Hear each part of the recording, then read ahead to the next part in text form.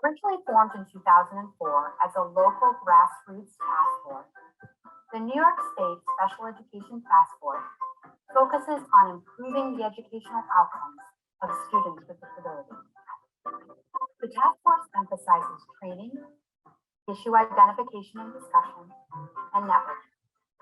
Most importantly, it purposely promotes participation and collaboration among all stakeholders, including parents, advocates, attorneys, school personnel, service providers, educators, government representatives, and individuals with disabilities. Due to the outstanding success of the model and substantial resource support in disability rights New York, the state task force was formally established in 2014. Today, 8 regional affiliate task forces have been established and are built upon a mission to improve the educational access and outcomes for students with disabilities. Through a collaborative statewide network of stakeholders, the state task force addresses the special education needs of students in New York State. The New York State Special Education Task Force serves 6 core responsibilities. 1, to enhance knowledge and connections to create sustainable collaborations at the local level. 2, to promote a statewide forum for diverse stakeholders to collaborate and promote the improvement in educational outcomes for students with disabilities. 3, to increase awareness of issues and trends in different parts of the state. 4, to increase awareness of proposed and actual changes in law and policy. 5, to increase awareness of and access to resources and advocacy tools. 6, to actively develop regional state task force affiliates in all areas of the state and ensure that each regional affiliate reflects and promotes the collaboration of diverse stakeholders. The state task force would not be possible without the exceptional work of everyone involved. Thank you for your commitment.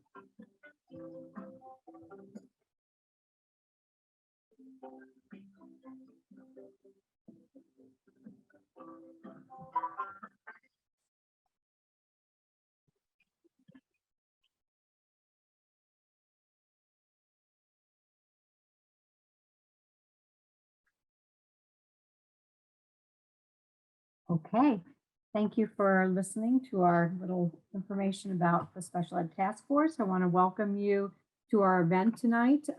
This is going to be on special education, innovations and challenges, ongoing developments, where we are now. So we want to welcome Tammy Ellis Robinson, and if you could just share a little bit about yourself with everyone, that would be great. Absolutely. Thank you so much for having me. I'm a university assistant professor at the University at Albany and a former special education teacher in Albany City Schools. And I am a researcher activist. And I say that not lightly because I've noticed through this process of research that it not only is a space for us to inform, but for it to seek and consider and create actions that can mitigate our findings when we find things that are inequities. I'm excited about the research I'm going to share today, specifically because there are some bright spots and it's not all inequities that will be revealed. Of course, there are many when we think about what COVID has done for special education practice in this state and around the country, and in fact, around the globe. But trying to focus on the innovations and the creativity of the stakeholders, the professionals who are committed to the students. So I guess I'll jump right in and share. And I'd like to just invite anyone here as I'm talking at any point. I'm going to share the results and the findings from the first 2 components of a 3-part study that we've done surveying and interviewing special education teachers in New York. It is a cross-sectional study that has primarily been upstate teachers who responded. And what I really appreciate along the way is at any point, if people have questions or interjections, I welcome them, because it is an ongoing study and there are definitely additional perspectives and ideas about what's happening in your area that can inform our work. So these findings are the first two parts of this mixed method study, and we began it last year in the spring as schools moved to emergency remote instruction.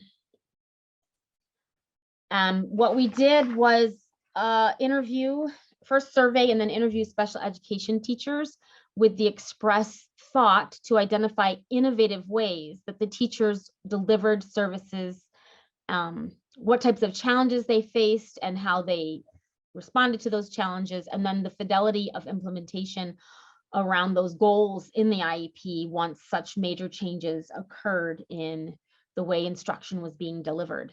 Our specific research questions are here. How did special education teachers deliver that remote instruction?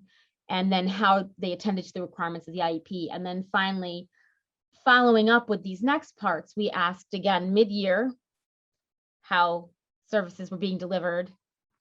And in light of what happened, obviously, spring 2020, thinking about things like regressions of skills, making up for services not rendered. And then finally, we still have not yet completed the final set of interviews, which will be coming this June as they conclude this calendar school year.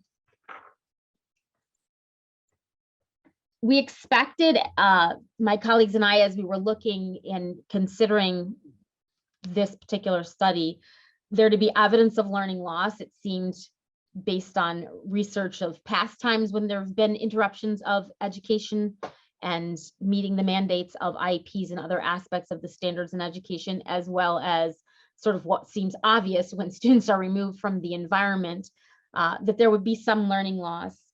We believe there'd be some confirmation about this, and that there'd be an opportunity gap where students would not, in essence, actually have the opportunity at all to work toward those goals. In emergency situations, teachers have to discern the balance between individualization and standardization. So really looking at what's in front of them and looking at what's mandated of them. And in deciding how to best serve students, it is this idea that couched our focus on integrity as a construct for considering teacher responses, the integrity of teachers.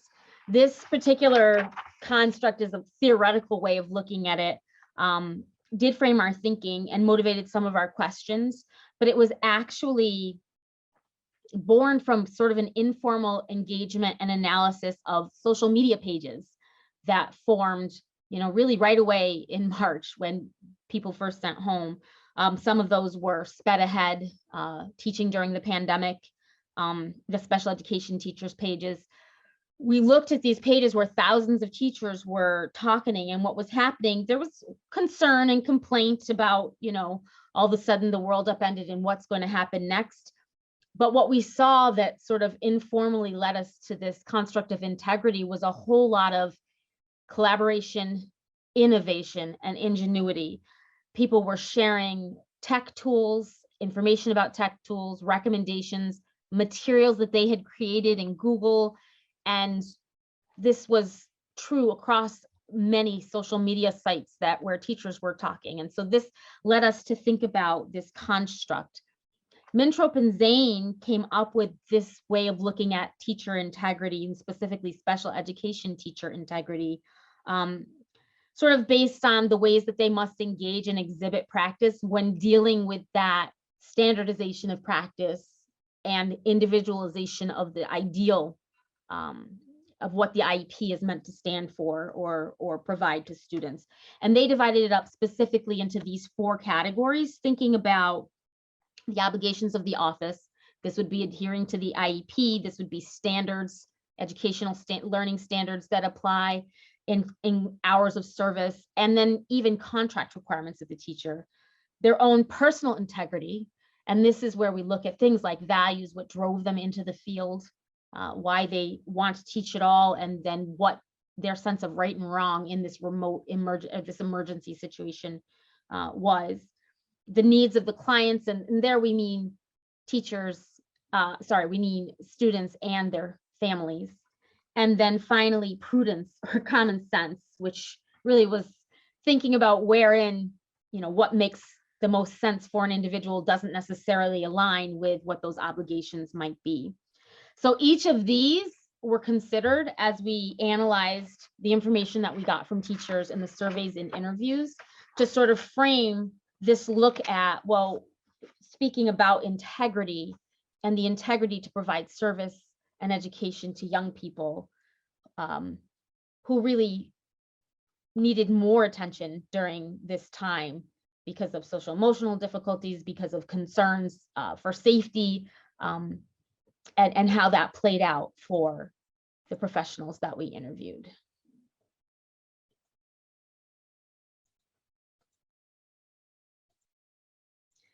As we looked across surveys, there were some themes that emerged from both surveys and interviews.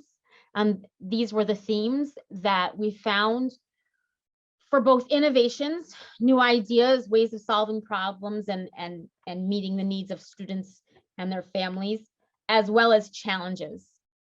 So it's interesting to find that these lay in both spaces, both during remote instruction and during the return to or the 2020-2021 school year. I can't really say return to instruction because it varies in different school districts all across the state. There are some districts that still have not returned to any in-person learning, and some that have returned primarily to in-person learning really from the fall. And these themes included communication, both methods and content, engagement of students and teachers and families, parent and colleague partnerships. And it was interesting that the word partnership emerged more solidly from the data than perhaps it has in the past or would have in the past. Pedagogy, technology, of course, and student progress. And these were themes that both our questions and sort of emerging ideas in the literature spoke to. So we had, of course, we sent the email out broadly across social media, and the call brought in 31 respondents initially who answered our survey questions from around New York. They had from 4 to 25 years of teaching experience with caseloads from 5 to 23 students and taught grades 1 through 11. So there was a broad range. And then of those, the mid-year survey, about 8 completed it again. So of course, in survey research, it's always disappointing how many you think you're going to get and how many you get. But what's helpful is that they still were across a range of rural and suburban. With small urban, we did not get a large urban response. And then the range across kindergarten all the way through 10th grade. We used both descriptive statistics and qualitative analysis of the open-ended questions to look at the surveys. And then I'll talk a bit about what was there. You'll see there's a lot of overlap in the results. The interviews, which again, we have one more set to do, provided us with an opportunity to really get in depth and go back and forth with the teachers about how they feel about their practice and what they're seeing among students. In the surveys, they found that 74% had more frequent interactions, communications before, after remote instruction than before. So they were really texting and having more phone calls and having more emails than they ever had before. And the majority of them felt that this improved their relationship with parents and families. So they really were team during this period. There were some, of course, that felt they had a worse relationship during remote instruction. And for many of these were examples which we cannot forget about that dropped off and maybe they didn't have any communication at all with those students, which is a huge concern. According to IEP reporting and testing, the teachers all said they felt that they met the ethical obligation of the mandates of the IEP, but that they shifted. Yeah, so in the interviews, as we dug deeper into this question, there was some shift in what was required. So districts might have said, you can report about this a little differently because this is an emergency situation or the environment has changed. And this is definitely something we wanted to dig into a bit more. 60% of teachers said they were unable to meet the mandates of students' IEPs. So they should, but they didn't. Math, writing, and reading goals were easier to monitor, they thought, than social, behavioral, and transition goals, which really fell by the wayside during this time. And 74% of teachers said that the teaching didn't change when they canceled statewide tests, that going to remote learning, they weren't worried about the tests at that point. It was more about making sure their students were okay. So looking across the themes on the open-ended questions on the surveys, similar themes came out. There's a bit more detail in these, the biggest challenge being engagement and student engagement, including attendance. Attendance became, did they come all week or anytime during a week or not? The interpersonal connection, making that with students. They did have the benefit in last year of having some time of in-person instruction up to that point. In fact, one teacher reported that she felt like it was her best year of teaching ever until that point of remote emergency remote learning, which for her, she felt served as a protective factor going into this period. She knew her students, she knew their families, and it had been a good year in that way. Preparedness for remote learning, many teachers, special education teachers reported feeling underprepared, that the scheduling became difficult, things that they used to do in a push-in way, you couldn't really all push in on Zoom at the same time. And then that balance, so many said, you know, I'm up all day and all night just trying to connect and get contact. Despite that, there's many successes that they reported, and in the face of challenges when these successes sort of came to the rise, and one was technology integration into their instruction and professional growth, and I'll touch that again on the interviews. Progress of students, some students really responded to this environment in ways they hadn't before. Communicating with families and connectedness again. And then for some students, the engagement and participation was better. It was closer up, the Zoom, let me see your facial expressions. And again, that varies, right? It's different for all students, but these were things that teachers reported as successes, things they were proud of, the way they came together as a community of teachers. And this, we only interviewed special education teachers, but they reported feeling closer to, more connected and more vital in their roles of sort of bridging the needs of their students with many general educators in this space. Some quotes from the teachers or from those surveys specifically, and the one that I find interesting is the shortest here, and that is that many, they said participation from the students, many saw it as a vacation. And it's interesting to hear that particular perspective as I think of it, because so many students, you know, if we think of their perspective, we're indeed not seeing it as a vacation. There were many other factors that got in the way. And so it's important to think about the whole family. And we all hear in the interviews how one teacher talks about digging deeply with a family and recognizing that their struggles were really superseding any kind of thoughts about schooling that might have come up. Some talked about being forced to make that shift to using technology and having a whole lot of PD, but that, you know, it allowed them that opportunity to explore things they wouldn't have. So being forced into it meant that ultimately they were exploring and experiencing things that maybe they wouldn't have, that could augment their teaching and provide opportunities to students that maybe hadn't been there before. For the interviews, they were primarily teachers in suburban districts, although one I would say is a suburban/rural district. And they had from 1 to 20 plus years in special education. In fact, one of our interviewees, you see mid-year, only 3 agreed to interviews, and that isn't because she wasn't willing, but she retired. And so did no longer part of the workforce at that time. So we did have the opportunity in December and January to re-interview the teachers. So our analysis really was based on that integrity concept, but then also looking at what came out of the interviews and what teachers had to say to us.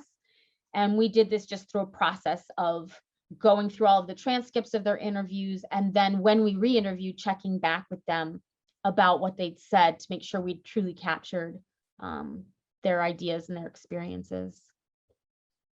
This is a coding manual, or the ideas that we were looking for and what they said in terms of pulling out what was going to answer our research questions. And there in the green is sort of the details from that integrity concept, which came from the literature. But the others are what just came naturally out of the data, how many times they needed to change their practice. And then what was telling was how many times they said, and this is something I'm going to keep doing. And that is where we really got that term, or thought of that idea of it being a space for innovation. And that included not only the ways they were delivering instruction, but also the ways they were building relationships and communicating, and all of those things that would stay the same. We kept note of things like emotions and feelings, not only from the interviewer or the teacher, but things they referred to in their families, because they were seeing hardships among family that they maybe knew about on one level, but here they were seeing in cameras coming into people's homes. And then that third section there is really specific to practice. And we were looking to see how are standardized tests and how are the influence of learning standards continuing to affect your practice. And in that period of remote instruction, they were really able to let go of some of those standards and focus on the individual. But it's interesting as we talk about, where things, what happened in the 2020-2021 school year, coming back from, yes, we're still in COVID, but now we're planning for this instruction. Some of those standards have come back in, although there's still some pushback about, how are we going to catch students up who didn't have that last bit of instruction, and whether or not those standards necessarily are going to be adhered to in as stringent of a way. These are some quotes from the interviews. When we sat down, we used Zoom and transcripts and had what we promised would be 30-minute interviews, and what were much longer for all of our teachers, because they had a lot to say and a lot they wanted to share. And they said with parents, it got more personal. It felt like they were a team working together, more emails, phone calls, and Zoom meetings. Some of that they said with smiles, and some of that they said with frustrations. That with colleagues, this one I'm texting as I'm talking to him on the phone. We're planning together, which is really being proactive. I was communicating and planning with people more so than I would be if they were right down the hall from me. And this intentionality, they really at that time were really happy about that intentionality, because it changed the way that their team was working together. They said they had a lot more communication from parents, and then parents being a bit more understanding of their perspective. And this is in reference to last spring, to during the remote instruction that was emergency, when we were all in this together, and schools and educators and parents and families really felt that sense. And this is what was communicated in the interviews. In considering their pedagogy last spring during remote instruction, they talked a lot about how much more flexible they wanted to be, they needed to be, and that some of the practices that they did in the school could be adjusted. Could still have morning meeting, but it might be a little bit different than it was in the classroom, and how powerful and important it was to still connect on social and emotional learning, on relationship building. As this teacher said, I heard feedback from parents that it was really cool to see, because their friends haven't seen each other. Included here on the technology, this is just a sampling. These are the technology tools that they mentioned using more of across all 4 teachers, because this is the spring interviews. There were more. What was really interesting is they talked about being the leaders in their buildings. So special educators became sort of the tech leads, sharing resources, sharing ways they'd accommodated students in the past through technology for other students, for all students in classrooms, and helping to navigate these tech tools for those that would be most effective for the students in inclusive settings, as well as in more restrictive settings. There was at that time still, of course, concern about engagement from students, but the teachers were doing during remote instruction last spring anything they could to ensure that students would be able to engage. So one teacher talked about using various tools she'd never even looked at before. The one talked about YouTube, others talked about using the different platforms I showed on the last screen. Others said they drove with those packets to students' homes. Another said, I brought a charger to my student. Whatever it took to help students be engaged, they were reaching out and really trying to do that. We heard real disparity between the high school educator and those who were working with younger students. The kindergarten special educator really felt that students were still progressing. She was seeing a lot of progress among those children. And the high school educator said that almost immediately there was a huge regression, particularly around the social and behavioral goals for the students that were still attending. And engagement was much more of an issue for the high school students than for the younger students, as many of you, I'm sure, would intuit from what happened last spring. So we reached out again to these same teachers to get some updates about what was going on in schools and how the tone had shifted. And they talked a lot about how remote learning is an emergency anymore, so the expectations are greater. And it's sort of, to some extent, a return to normal, more scheduling and more hours. But again, innovation, they reported, we realized that being creative and by communicating more, we can create schedules where we're meeting service hours, where we weren't doing that in the spring when it was sort of thrown into our laps. They were all teaching either in completely in person or in a combination of in-person and remote, and that has shifted throughout the academic year. So in the fall, there was, looking into the fall, they may have been all remote and then gradually added a section or some groups of in-person or some days of in-person learning. Even the all in-person teachers continue to use technology that they started using during remote teaching. And this is across the board a huge shift.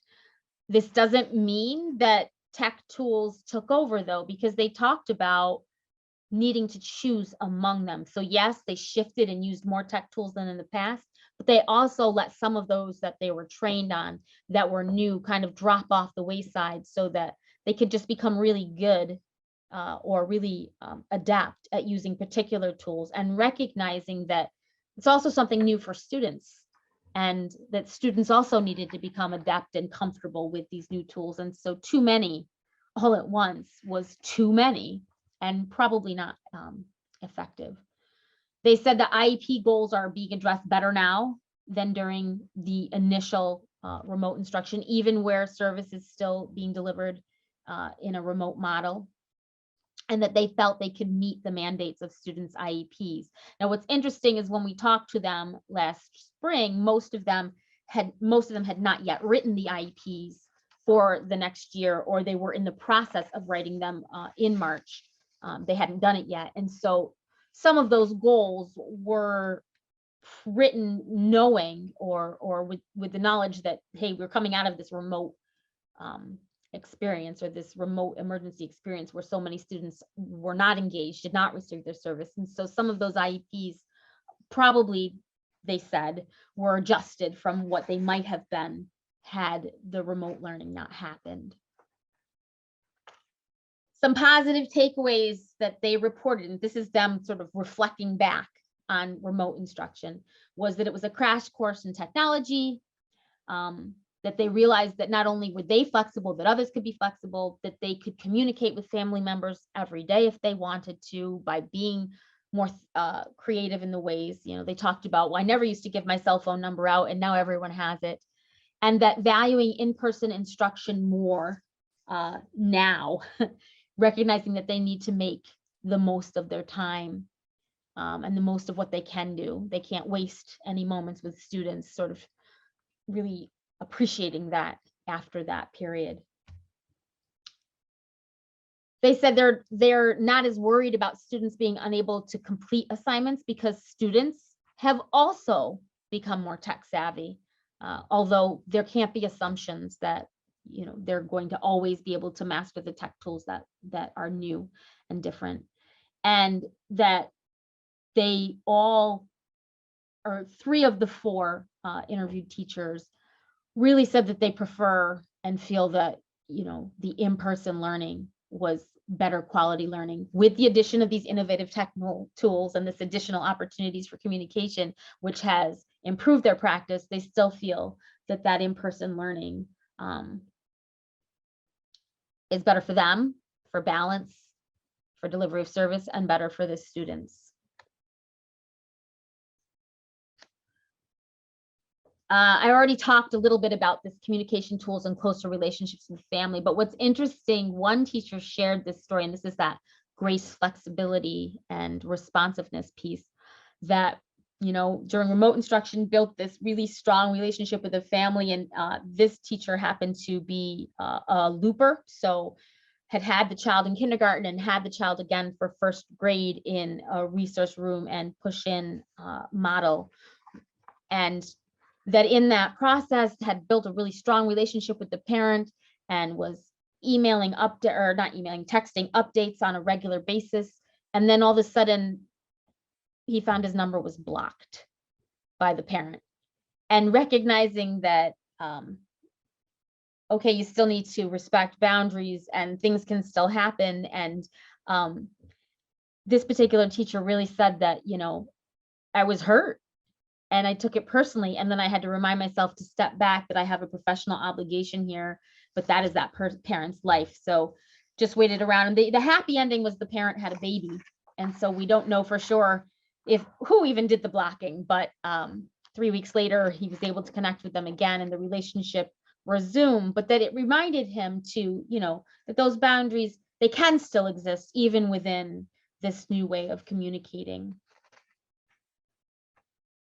The interesting thing about inclusivity, I'm looking at that 3rd bullet, and this came up with the high school teacher in a big way in her talking, was that the consultant, co-teaching, and resource room models became more integral than they had been prior to COVID, because there was so much making up, or the remote instruction or shortened time for in-person instruction meant that students who didn't, needed a bit more time to complete an assignment or a second instruction or an accommodation to change or alter an assignment, that it wasn't able to happen in that bounded period of time that was more restrictive. So these consultant teaching and co-teaching and resource room roles became really, a lifeline for the students to be able to access content.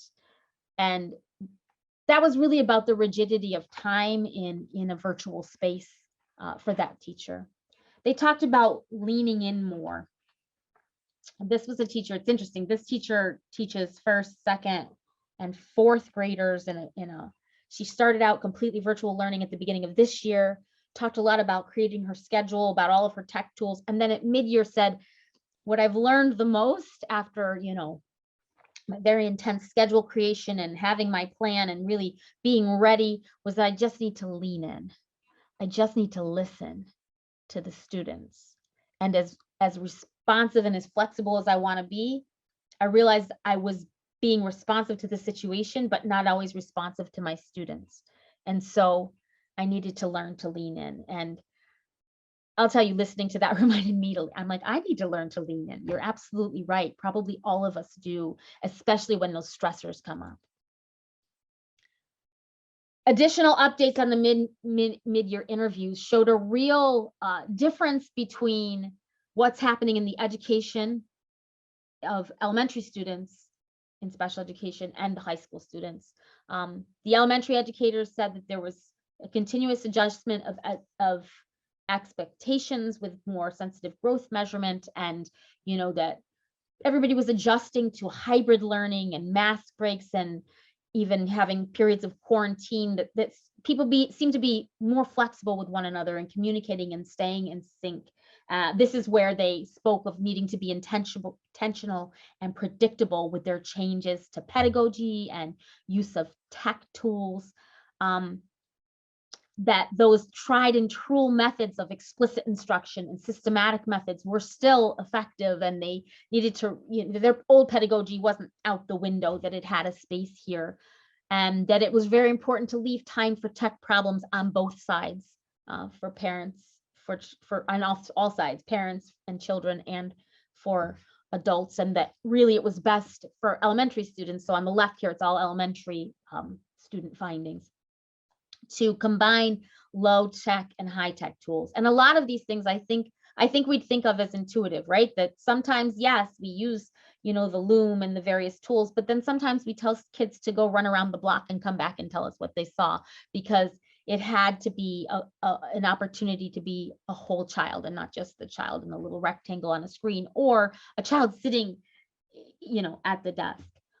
On the high school side, it was a little bit less sunny and rosy, because there was sort of a spirit that the students were so vulnerable because of the standards, because of the testing, and because of the just abundance of content that sort of came back full force. Oh, these students missed all these opportunities to learn in the spring, so we have to make sure that they get all this content now, and that pacing didn't really match with individualization and meeting the needs of students on an individual level. And this particular high school teacher talked about, that the special education teachers were banding together to create a message for administration and advocate that the modifications that were already in place on IEPs and had been part of practice needed to be even more in use now. You couldn't say, well, we lost some time, so that goes out the window. They were even more necessary now. And so many students were just completely stressed out at the high school level because of the increase in expectations, but the decrease in supports that this new environment was sort of providing to them. I'm very excited for my June interview with that particular teacher. I want to hear how it went, because they were planning a big trip to go into administration at the district level and talk about the needs of their students. And she used some very powerful language when she shared that. So I'm very excited to hear how that went, and I'm hopeful. And even in all of that, this same teacher said there was a bright spot, and that was that these students who she saw being so stressed out, and she saw, that the content was too much, and that the way that their accommodations or new accommodations that people hadn't thought of that might be needed weren't being delivered, there was still resilience and stick-to-itiveness, and there were still so many students that were persisting. And she felt that a lot of that was because of relationships that had been built over many years, and that even amidst that bright spot, we have to remember that that's not everybody. And there were still a couple who they haven't been able to contact. And that was in January. And she was referring to since the March before. So I don't know what kind of hunts we're going to send out, and this is me sharing this little bit of editorializing or my op-ed or whatever, but we need to find those students, and hopefully it's not too late. But when we talk at the high school level, it's concerning. And I can share, outside of this study, just some of my work in districts where the uptick in violence and criminal activity and gang activity has unfortunately taken a toll on some of the older and not so much older students in that way. But that's not from among these interviews. That's a different study.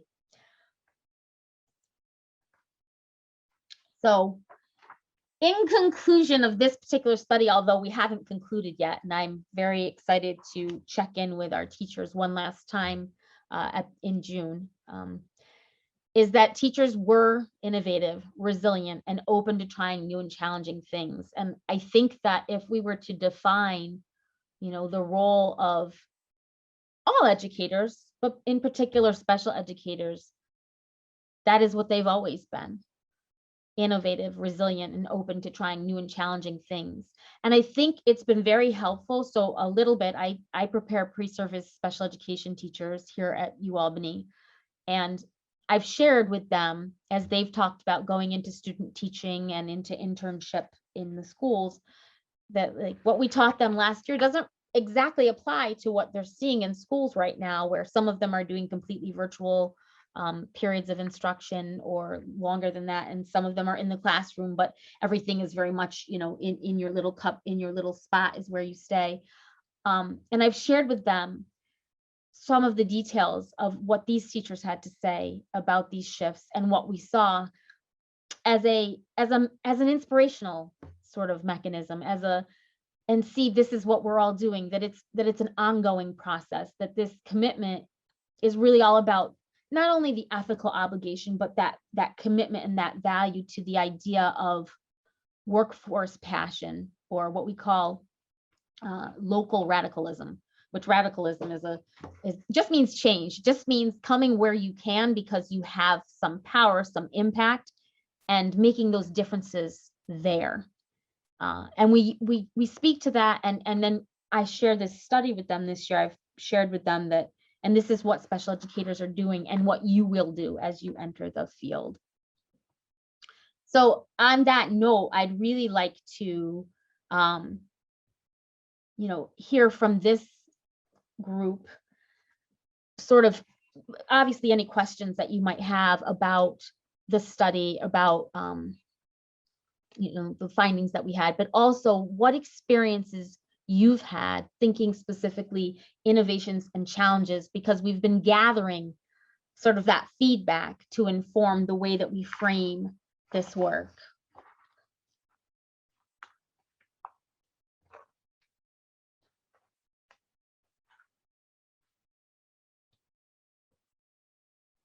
So I guess I said two things there. I can start with, do you have any questions?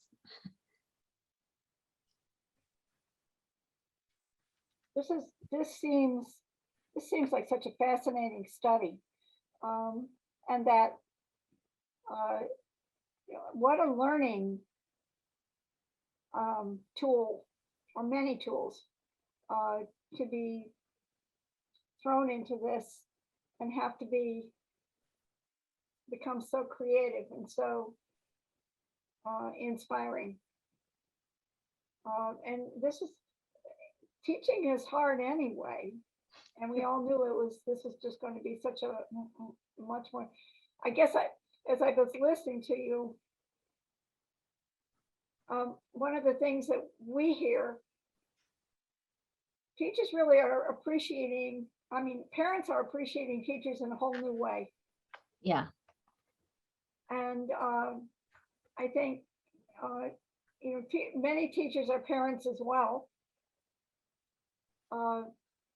But to try to get your kids the kids you're working with, to be engaged, and the kids had to get involved in problem solving as well. They couldn't just rely on the teachers to solve all the problems. They had to be engaged in helping to solve it. And it's, of course, I think extremely daunting what's happening with the high school kids, and that it seems as though, from what you're encountering from the teachers, is that the elementary teachers have had some better success than the high school students, and we have, is it just the huge amount of content that we've been asking because of the standards, and when we're asking kids to push into their brains, that they just said, that's it, enough? I mean, I guess that some more about how are you going to be able to interpret what you're hearing from the teachers in high school. So it's interesting because we see some parallel to what they talk about here at the university, because a child who's an adult who's a freshman in college they just went through that spring remote learning, and now are here at the university. And we found similar challenges to students who just didn't engage, and that's coming to university. But the Office for Disability Services here at the university reports that our students who have transitioned from high school to the university are very much struggling with using the tools, with making that transition. And part of it is having been disengaged prior, engaging them back. But beyond that, so I'm involved a little bit with some other groups exploring COVID-19 sort of results and whether or not education is a protective factor or another problem, or both. And there's a lot of talk among educators and theorists about a resetting education. And they're not just talking about COVID-19, they're also looking at, some of what came out after George Floyd with the large protests, and thinking of it all as one big conglomeration of change inducing ideas. But it's interesting to think about that reset at the high school level and the elementary level. I think there's, at least I anticipate that the same way there were pretty big differences in the attitudes and the feelings the teachers had about success at those two levels, that the ability of us to reset when, in elementary school, we can change, we can talk about, instead of grades, let's just have mastery. But then is it going to shift as students are coming out of high school, that they could just have a certificate of study in a certain area, or you don't necessarily have to take entrance exams. Some of that's happened during remote learning. I don't know if it's going to continue to happen, as the years go by, if the SAT comes back as a requirement, things such as that for all schools, because many schools didn't require it this past year because of COVID. I'm all over the place in responding to you, but those are the things that come to mind for me in thinking about that. Did any of the teachers talk about or address very much social emotional needs and how they could assist those kids who desperately need those friend connections? Yeah. And lost those, or didn't have access to the same kind of connections.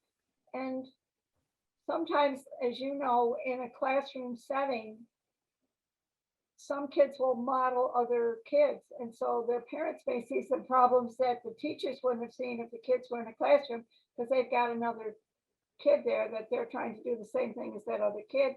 And instead of, Mom says I should do this now, I don't want to do it now. But if they were in the classroom, oh, she took out her paper, I should take out my paper too. Yeah. That dynamic of how do you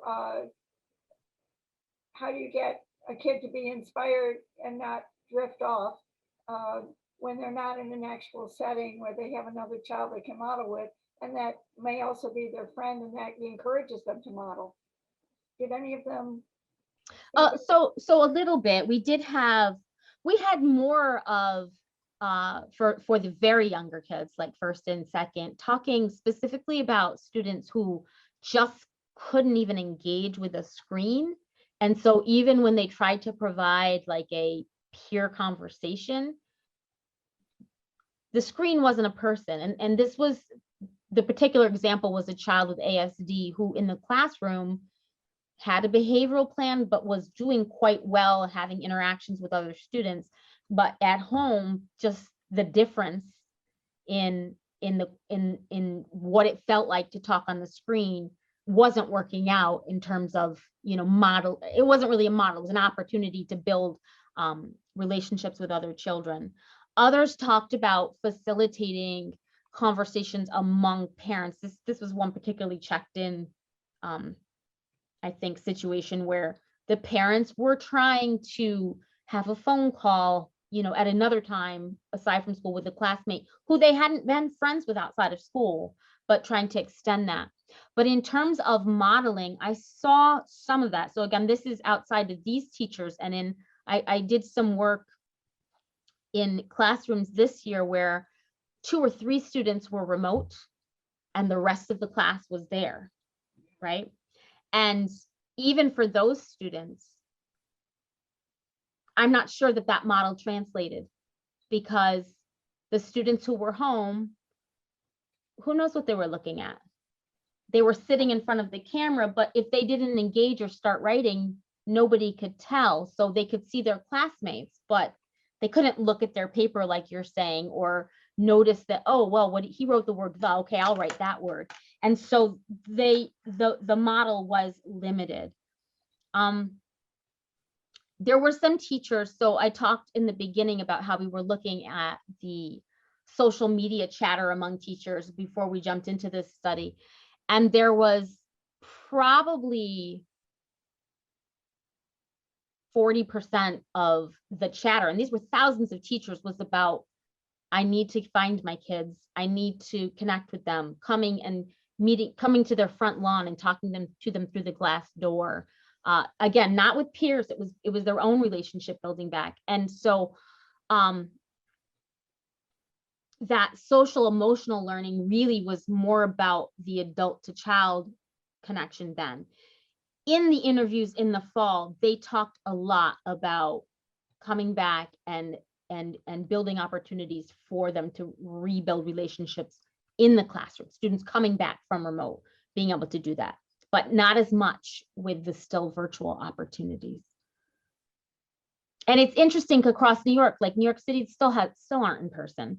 Some districts here in upstate New York have been in person since September, and with very few times not being in person. And that's been a real shift in thinking about what are the generalizations we can make about this time and what it's meant to people. There are other colleagues around the country who've done studies in different places and with other, groups of teachers. And really the voice we're thinking we want more of to have a better view is more of a parent voice of what's happening in those homes. Because the teachers still find, like, I don't know really what's happening, even with the camera on the other side of the screen. And then so many who don't turn on the camera. Wow. Yeah.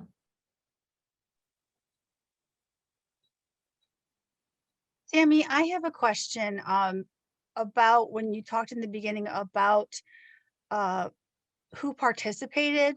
So could you just review that again, like how many requests went out and then how many received? And I know that some of the data you're talking about is more rural. So I was wondering if you had any thoughts on that. Like why do you think we got more responses for that? Just a little bit more about those numbers and what your thoughts are. So the numbers, of course, were, like I said, disappointed, and they almost always are disappointing with survey research. So we sent out 300 emails and then posted on 3 different sites on multiple pages so people could access it via social media. And honestly, I think that the reason there were more rural and suburban, if I look at the school districts, some of them were districts I don't know anyone in, but some of them I'm like, oh, I don't know who this person was, but they probably know University of Albany, or there's probably a teacher there who went here. Honestly, I think the name recognition may have made them more likely to answer the survey. But that said, there's a different, and even now, so I'm going to try to keep myself, I'm such a parenthetical talker, so I apologize for that.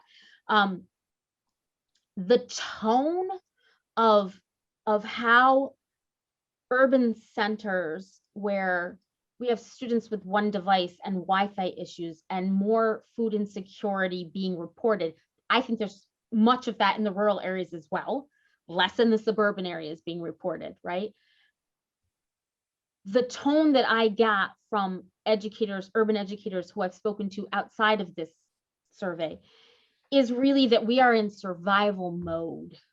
We have to feed our kids, we have to make sure they're okay, and we're struggling to get them Wi-Fi and devices, and we do not have time for your survey. And I really think that it's an issue of privilege that made those who responded to us respond to us. Now, there are those issues also in rural areas and in suburban areas, some as well. There are kids without Wi-Fi, but it's not as widespread where we talk, they had 10% of students had devices. So you had families of 5 and 6 kids using one device and everybody needing to go to class. And who's going to be the one to to get to go. And again, the school lunch is being the only meal. So we need to make sure that gets, and I really think that that is why I spoke the day before with a teacher from Brooklyn. And she's a special education teacher with a self-contained classroom. And she talked about, they've been completely virtual all of this year and will be, and they'll start back up next year in person. Not sure exactly what that will look like because, again, there's so many unknowns around vaccines, et cetera. And she talked about how she could tell that it would be like being shell-shocked coming back to school, that her students would just need to be re-socialized because so much more, if you think of that difference, so much more has been lost. And so we talk about these innovations and challenges, and I do believe that those happen for urban teachers and for, a broad range of teachers across all of those sort of designations of community types. But I think that they don't have the leisure to even think about them until they feel like their kids are okay. And that's editorializing. She didn't say that. She just talked about we're building another program with them. And she talked about, let's spend 50% of the time on social emotional learning and maybe get into something else later, because that support and that sort of relearning and even just assessing where they are. We really don't know where they are is really necessary at this time. I don't know if anybody here has done any virtual teaching. I did a few workshops with kids. I can't pretend that I was responsible for their entire, educational day, but I did a few writing workshops with 9 and 10-year-olds through our public library this year. And it struck me in thinking and trying to take the perspective of the teachers we work with, how upsetting it would be when a kid's Wi-Fi would drop off and they'd just be gone. And they're just gone and you don't know what happened. And probably nothing happened. Maybe they just got tired of it and turned it off, or maybe they lost Wi-Fi, but your imagination goes everywhere when you have no idea what's going on for that little person who was supposed to be with you during that period of time. So I can't imagine for teachers who, built these relationships with their students and they're gone. I can't imagine why they'd want to answer my questions asking about it.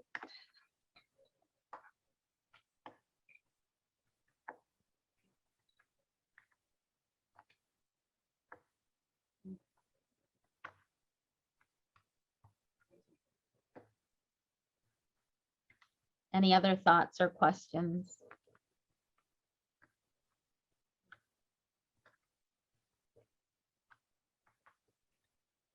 Yeah, I wish we were all singing and saying the innovations are everywhere, and I'm hoping that they'll continue to grow and follow. I know I'm pretty excited, and it's through the Youth Justice Institute. I don't know if any of you have any experience with the criminal justice system and kids there, but I was excited to learn that for students in juvenile detention, it's been a positive thing because of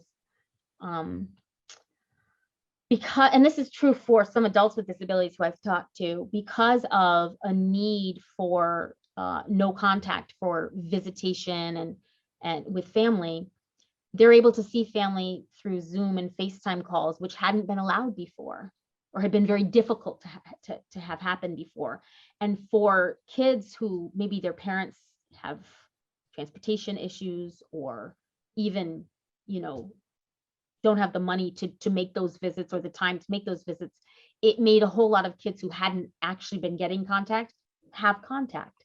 And so I don't always say we can make lemonade out of lemons, but I keep trying it as I talk to people to think, okay, so where's the positive that we're going to keep? Because they're not going to make that go away when they saw, well, it actually was easy to just let them talk to their mom on Zoom.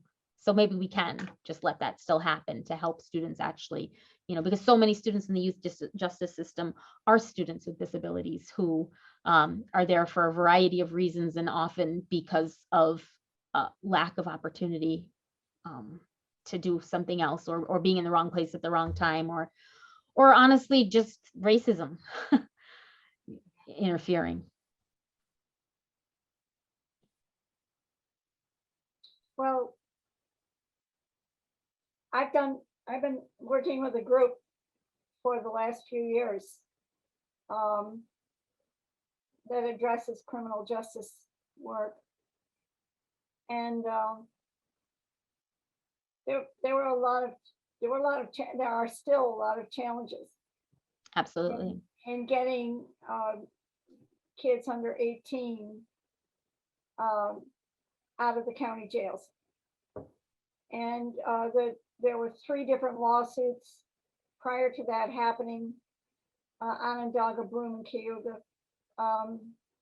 in which the 16, 17, all of them, 16 through Mhm. 21, not getting basic education services, certainly not getting special education services, even though they were eligible.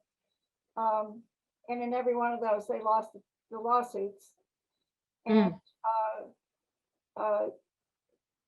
so the lack of materials, the lack of equipment, all of those kids that were not getting, you know, and then the system, well, we're not going to put 16 and 17-year-olds in the county jails. However, we're going to send them to the juvenile centers, and those are so far away from their parents that the parents can't come and see them because that's what they did, you know. Yeah. So it continues to be a real challenge. Absolutely. Absolutely. And that whole area of 18 to 21, people who are eligible but not getting Anything. anything at all, because the people that were supposed to provide it, the BOCES or whoever had the contract to do it, what have they been doing for 18 to 21-year-olds now who are eligible, who have IEPs, who certainly aren't getting any transition services?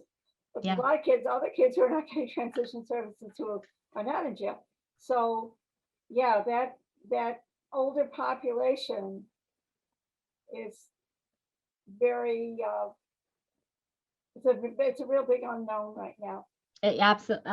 So very vulnerable. There's a, I don't want to jinx it because we're working on funding for a project that is about trying to catch, those students who've had IEPs, they've dropped out, they've aged out, although like you say, they're not really aged out, they just think so, and finding them and really providing a trajectory for goal setting and workforce opportunities using monies that have been put in place for that, but are not being accessed because, right, here's the money, here's the program, and no one is making that connection. So this work we're trying to, and this isn't obviously not across, grants start small and then hopefully spread out.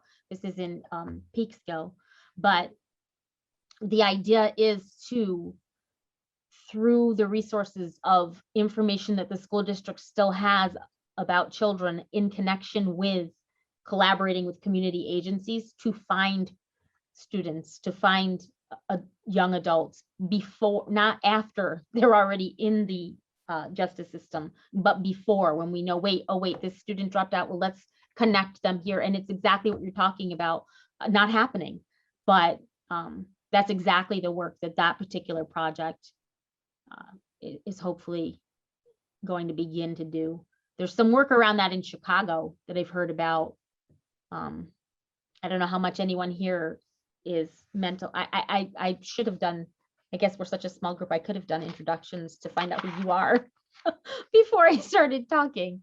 But there's a group out of Chicago and some research that's been very effective, but of course everything's projects, so it's small, around replacing therapies to some extent with goal setting and work opportunities and transitional trajectories, and recognizing that that's more of a protective factor at that time for students with a range of abilities and labeled with usually EBD, but not just EBD, to make a difference for them at exactly that age. But again, finding them, keeping them. And in this space, forget it. Like they certainly aren't logging on to Zoom. No. And policy-wide, when you give principals and superintendents an opportunity to say, you are now graduated, you have met your IEP goals. Wait a minute, what happened here? Yeah. Yeah, I'm happy to leave. Okay. Well, you could have had 2 more years. But Yeah. hey, we've got this other way for you to be out now. And how many of those students who really also did not get adequate transition services or supports or connections to ended up wandering out on the streets, fell into one kind of trouble or another, and ended up in the county jail. And from there, out again, in again, out again. Mhm. So And then unemployable anyway. unemployable and, so what happens with reentry? Yeah. And who cares? Finding the who cares Mhm. and who can help with making some connections. Very, very, very hard. Very hard. I'm writing down who cares about reentry, because like I told you, I'm doing this COVID-19 expert group, the protective factor of education, and we're tasked with really things, and I'll cite you, but we're tasked with really thinking about the reset, right? I said that earlier, the reset. Gloria Lansing-Billings put out an article recently about the reset. Here's that opportunity to shift the way we're doing things, and just making sure that the idea, like, it's a marketing issue, honestly, around education, that everybody wants to get out. What was it about your experience that getting out sooner? And what is it about our experience with you that makes us want to push you out sooner, when what we're doing is developing the most precious resource, that we have, which is one another and the treasure of everyone's child. So entering into that, a reset where reentry is just a possibility. You can go in and out of your education. You can go in and out. Oh, there were 5 months you weren't here. That's okay. Come on back. It's right here waiting for you. Or the attitude of, you have a dual diagnosis, you have difficult behaviors. We would really be happier if you were not here. Yeah. So how do we, if a student at that age is feeling that this is not a good place to be, and that's being encouraged. Mm-hmm. You're a troublemaker, you got behavior issues. So yeah, here we just as soon see you gone. And whether or not we have a manifestation hearing, or we can point you out the door. And we've seen this, Oh, yeah. obviously. And then when you get into trouble, we can say, there, we told you so. This one, well, did this person have an adequate behavior intervention plan? What did you do for an FBI all these years that you haven't been able to figure out? And then what happens to that young person with a dual diagnosis in the county jail? Right. And in the case of one young man, thank God there were a couple of older people there who recognized his needs and kind of sheltered this particular one that I'm thinking of, and sheltered him a lot. So I've been trying to hop in a little bit. Can you hear me? Yeah. Sure. I said hello to Sue because I'd seen her earlier today in some advocacy, but I'm on by way of through the Southern Tier Independent Center with the Family and Community Engagement Center, which is through NYSED, Office of Special Education. And so there's a lot of work being done right now talking about this transition and transitioning and different pathways for those in high school, and starting, at the lower grade level to let parents know all these different pathways that they can take. So I put in the, I sent it to Nancy that just this month, the NICED has, they have a parent and professional website. So it's oscpartnership.org. And that I just pulled it up too to make sure that I had the right website for you. But that has a bunch of events by county across New York State. It has resources, and we are one of the resources that are on there. So we're in the south part of New York, and we serve southeast and southwest. Mhm. And a lot of the advocacy that Sue is doing, we do together at STIC. And this is a grant that is housed by STIC, even though right now we're remote. So I just wanted to say thank you for today. You did give me a lot to think about as we have these conversations moving forward, but just to let people know that the Family and Community Engagement Center is working to do these things that you're talking about, to make these connections and to work with families and teachers as we go forward. As you say, to start a reset. I like that term. It's very interesting use, and I will use that moving forward. So thank you, Tammy, for today, and thank you, Donna Jean. It's been a great experience for me learning through you about what's happening in New York with the study that you did. I appreciate it. Thank you. Thank you for having me. Thank you. Thank you very much. You've been a real wealth of information. I'm really glad that this was recorded so that we can, maybe some other people can certainly, we hope will access it. You have the, you've been shining a light on and taking a picture of, and that's really important. And also providing a voice for the people that you've talked to share everything that they've been going through. Because as you were pointing out, and for those teachers who are just trying to make sure their kids are getting food every day and alive, they're the priorities there. And it points out in terms of the people who responded to you,